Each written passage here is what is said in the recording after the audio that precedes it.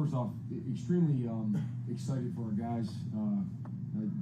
The look on your players' faces after a win, there's nothing like it. That's why you do this. And I thought our guys did a great job. I said it going into the game through the bye week and last week preparing for this. They've done a great job with it. We demand a lot of them, and they always respond. So they prepared the right way, and I thought that we played a complete game in the second half. I do not feel that was the case to start out on defense. You got to give credit to Mercer. They are a really good football team. They're going to make some noise in the playoff in their level, and that offense, that quarterback, they do a great job. They had all the numbers going into it, and we knew that going into it. But I think there were some things we needed to do better and clean up. Credit to our guys. We challenged them, and they did respond. And obviously, they shut out in the second half. And I thought we played much better defense through it, and played a complete game in all three phases in the second half. So I'm very happy about it. So Ferg, Darryl, Caleb, start us. DJ, what was that y'all saw from the first half to the second half of defense? Like, what did you guys need to do to kind of slow them down, because they're a very explosive offense? Yeah, we had to play our style and our speed, our standard. I didn't feel that was the case to start out the game, and again, there was nothing in our preparation that made you think that maybe how it was, but we just did. We kind of came out and we're not having our eyes in the right place, making mistakes, things that were not things we've done all year long. And so it was just really that. It was a challenge to say, like, let's play our style, let's get our eyes in the right place, let's execute our technique, and do it with relentless effort, which is something we've done for this season. Coach, if you had to guess, I know there still needs to be some evaluation. I know Jeremiah Cobb came back in the game. He looked a little dinged up. Any status or what the possibility of Keldrick Falk with him playing next week? I don't have any injury reports right now. I mean, I have not met with the trainer, but those guys are all getting looked at, and one of them is the weakest. DJ, I wanted to ask about Brian Battie making the appearance today and walking out on senior day. Just how special was that to see him walk out there and get the reaction that the crowd had? Yeah, I mean, pretty incredible. I think the reaction of the crowd says it all. I think the look on his face says it all. Just, you tell these guys all the time, right? It's a lesson in life, right? You never know. Things change on a dime, and make the most of your opportunities and never take anything for granted. Have an attitude of gratitude, all of those things, and to see him walking and come out there and be able to do that on his own was really, really cool. Go Brett, Taylor, Nathan, and Ike. Coach Deuce obviously had a good day running and throwing the football. He did. But had a comfort zone with Malcolm Simmons early. He kind of had maybe a career day today with yardage and had a big touchdown catch there in the second half. Talk about Malcolm and the way he played today. Yeah, I thought Malcolm did tremendous on some of the scrambles, coming back to the ball, like being a big-time receiver, adjusting his route and coming back to the ball and getting open for Deuce. And I thought, that whole receiving group did a great job for him. And Deuce delivered the ball. But the best part was Deuce was making the right decisions and delivering the ball where it was supposed to go. Even there's a couple of those plays where it wasn't quite how it was designed, but he just went and made a play, and that's what we've seen from Deuce in practice and know he's capable of. It was really cool to watch him go do it, in a game atmosphere, and that guy's got some great football ahead of him. It looked like Ashton Daniels was one of the first guys on the field congratulating or encouraging his teammates. How would you describe him as a teammate? Yeah, he's outstanding. He checks all the boxes. He's a tremendous leader. He cares about his teammates. It's about them more than him in every circumstance. Even in the most recent circumstance of the decision of playing this game or not, it was always about what was best for the team, from Ashton and his family. And, you can't have enough guys like that around. And you can see the guys respond to him very well. Assuming you guys will reinsert Ashton this week at quarterback, has Deuce done enough in your mind to move up into that backup slot? I mean, again, as we go into next week, we'll evaluate film and make decisions on all that. Coming right out of the game, I think there's always emotion tied to things, and you got to watch the film and evaluate as coaches, and we'll go through all that and make decisions at all positions. Hey, Coach, what can you say about Derek Nix as a play caller through the two games that he's done? Just evaluating that as a defensive guy, how do you feel about how he's done those two games? Man, I'm so happy for Derek Nix. Derek Nix is a great football coach. He's a great person, and that's the guy taking advantage of opportunity. He got an opportunity to call plays, and I think we've all seen what he's done here in 2 games. Could not be happier. Tremendous respect for him.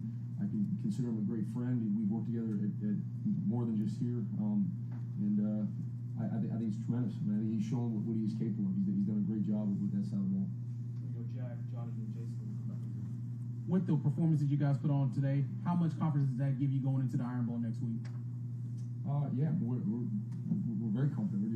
it's like any other game. You come out of the game, you got to evaluate what you did well, what you didn't do well, not just based on results. It's based on how things went each play. So there'll be plenty of stuff to clean up and correct on all three phases. But yeah, we have a confident team in there and ready to go. Jack just touched on it briefly there, but the opportunity next week to play Alabama in the Iron Bowl in this stadium, just how much are you looking forward to doing that as the head coach of this team?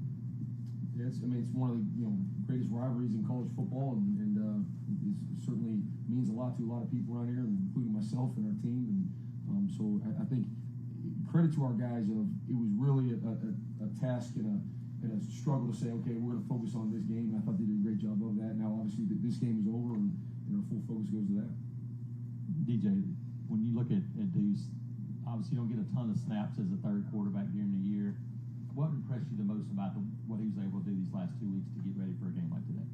Yeah, I mean, he's got that, just how he handles himself and carries himself, and he has the demeanor to just be a great quarterback. And nothing's ever too big. When I met with him about, hey, this is how we're going to do this, he was like, okay. When I told him he's going to be the starter, it was kind of like, okay, yeah, like, he doesn't really get up and down. So a bad play doesn't tank him, a great play doesn't, drive him off the rails. He just kind of stays steady. And I think that's a trait of a great player, especially a great quarterback. You've got to be that way, right? You got to be that way. You got to go to the next play. And so I think Deuce has that quality about him. It's pretty unique.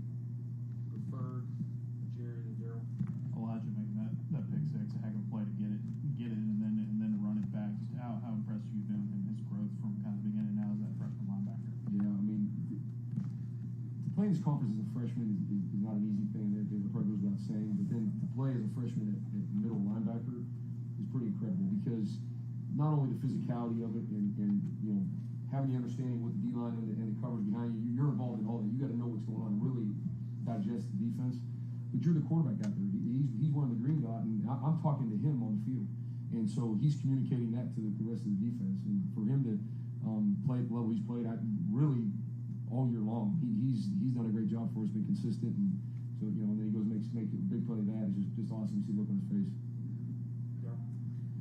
Coach, talk about maybe some of the things from an advantage standpoint, or things that you were able to capitalize on having the bye week that really helped you coming into this game.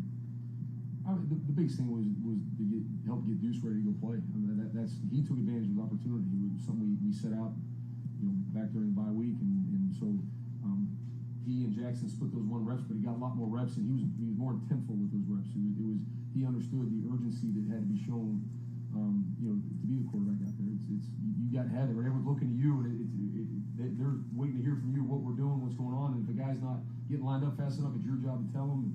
And so for him to go through that, I think that benefited the most.